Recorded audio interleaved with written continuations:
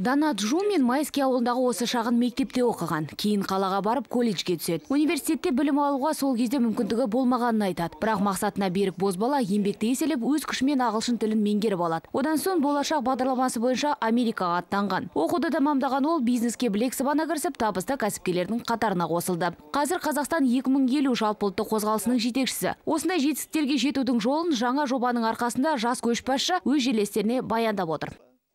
Передать знания, которые есть у людей. Қазір елімізде сапалы білім алуға барлық жағдай жасалған. Тек еңбектеніп алған мақсат қоя білу керек. Мен осы кездесу барысында өзімнің өмірлік тәжірибеммен бөлісіп жатырмын. Жобаның жасөспірімдерге пайдасы мол деп есептеймін.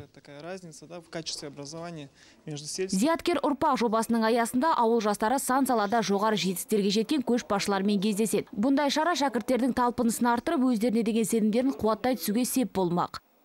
Дана Джумин өз мақсатқа жету үшін көп еңбек жасады. Еш қиындықтарға қарамай өз мақсатына жеткен кісі. Мысалы, мен болашақта спорт дәрігері болғым келеді. Мен ойлаймын, осы ойлаған мақсатыма жетемін.